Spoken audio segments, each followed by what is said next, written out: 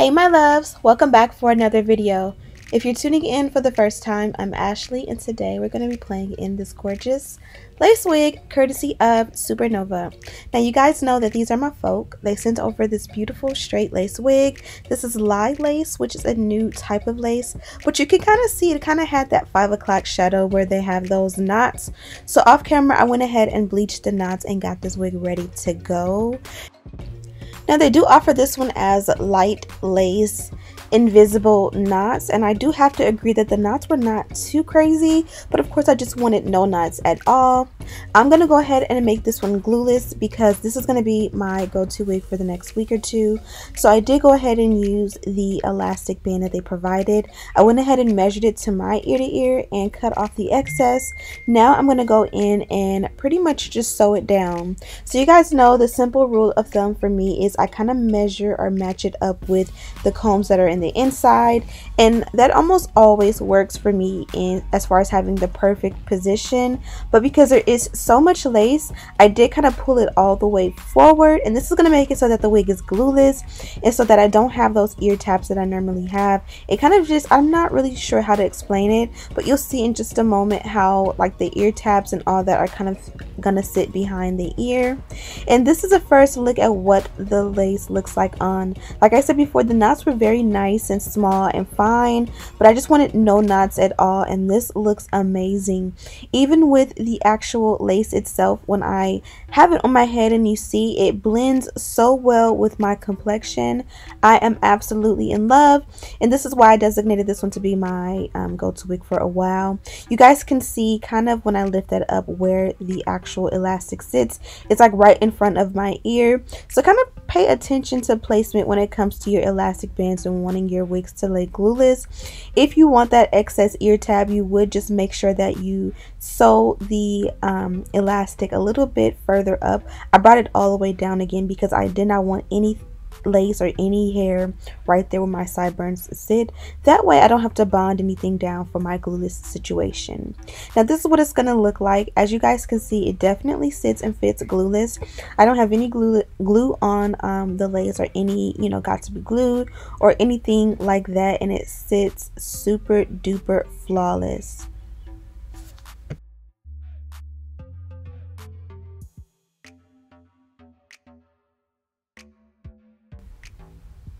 Now this is probably one of the last times you'll see this blow dryer RIP because my husband bought me a Dyson for Christmas and I finally got around to using it the other day, and I am absolutely in love. Like, I don't know what I was doing before I had the Dyson, so this is probably the last known footage of me using anything but the Dyson as a blow dryer. It's pretty pricey, but it's definitely worth it, and you'll see that in coming videos, so make sure you guys are subscribed. Now here I am, I'm just kind of pulling out pieces to designate as baby hair. You guys can see that this one fits very well glueless, so I'm not going to have to worry about any lifting or it moving pretty much at all. But I do like to have some baby hair all the way around when I go glueless, just because I know, like when I wake up in the morning, if I'm not bonding it down, if for any reason a piece of the lace is lifting and not necessarily sitting seamless, especially as the wig gets older and older, I kind of like to have that baby hair kind of cover that demarcation of where the lace starts, because again, we're not bonding it down day to day, so you just want to make sure that it never looks crazy. I do want to apologize to you guys because you guys can see it is a little bit blurry. I got a couple new lenses over the last couple of months, and I've just been playing with them and just perfecting and figuring out how to work them, and I was a little bit too close in frame with this one, and it kind of made me a little bit blurry, so sorry about that, but I promise I'll get it together. But you know, here I kind of just still left this clip in because I kind of wanted you guys to see. A lot of the times I don't know what I'm doing and I'm just like playing with it. So in this case, I kind of was just going to do the two little baby hairs, one above each of the arch of my eyebrows. And then I decided I would do baby hair pretty much all around the perimeter. That way, again, since I'm going to be wearing this one glueless, I don't have to worry about, you know, the lace being exposed and looking crazy on any given day. It kind of will have that baby hair effect. Now I'm going to go ahead and set the baby hair by putting a scarf on kind of tight. I'm going to blow dry it so that it like pretty much will mold to the shape and look of baby hair. So instead of there being straight hairs around the perimeter, they literally will have that swoop even when you comb them out. That way, again, it just will lay naturally like baby hair should.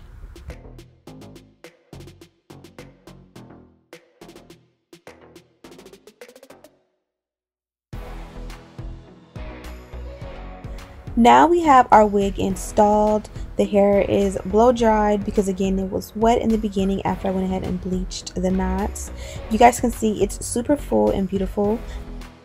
This one is 180% density and 20 inches in length, and I definitely think it's very fitting. It's nice and full, nice and long, but it's not, again, too full or too heavy or too long. It's gonna work perfect for day to day.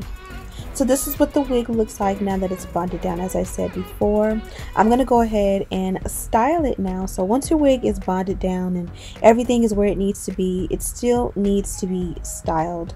So you will see that I go in a lot with the hot comb. This one happens to be an electric hot comb, and I have it linked in the description box. And this is going to help everything to lay flat and be melted. Now here's a key step right here. You guys see we pretty much use foam lotion to go ahead and bond and form our baby hair. We want this to sit, but we don't want it to be like melted to our head. So now that it's pretty much dry and formed, we're going to go ahead and comb it out. And you guys can see when you comb it out, it still keeps the shape that it had before. It just doesn't look glued to your head, if that makes any sense. Now there's nothing wrong with it being like laying on your scalp or your hairline, but I just feel like it looks a little bit more natural when you kind of comb it out. And then of course I chase it with the scissors so that any pieces that are a little bit too long or, you know, going in the wrong direction or whatever the case may be, I'll cut them out. And now the baby hair, in my opinion, is perfect. Now my only gripe about this one is the actual parting space. You guys know I love a good 4 to 6. This one may be 4 inches, but I'm so used to having 6 that it just felt like it wasn't enough parting space for me.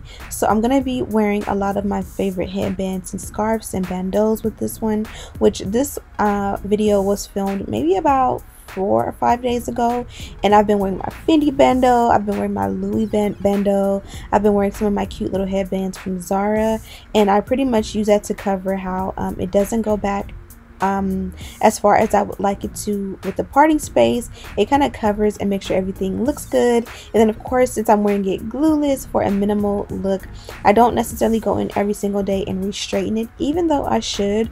But just adding, you know, cute little hair accessories helps me to pretty much still look cute and stylish without having to go in and style my hair daily.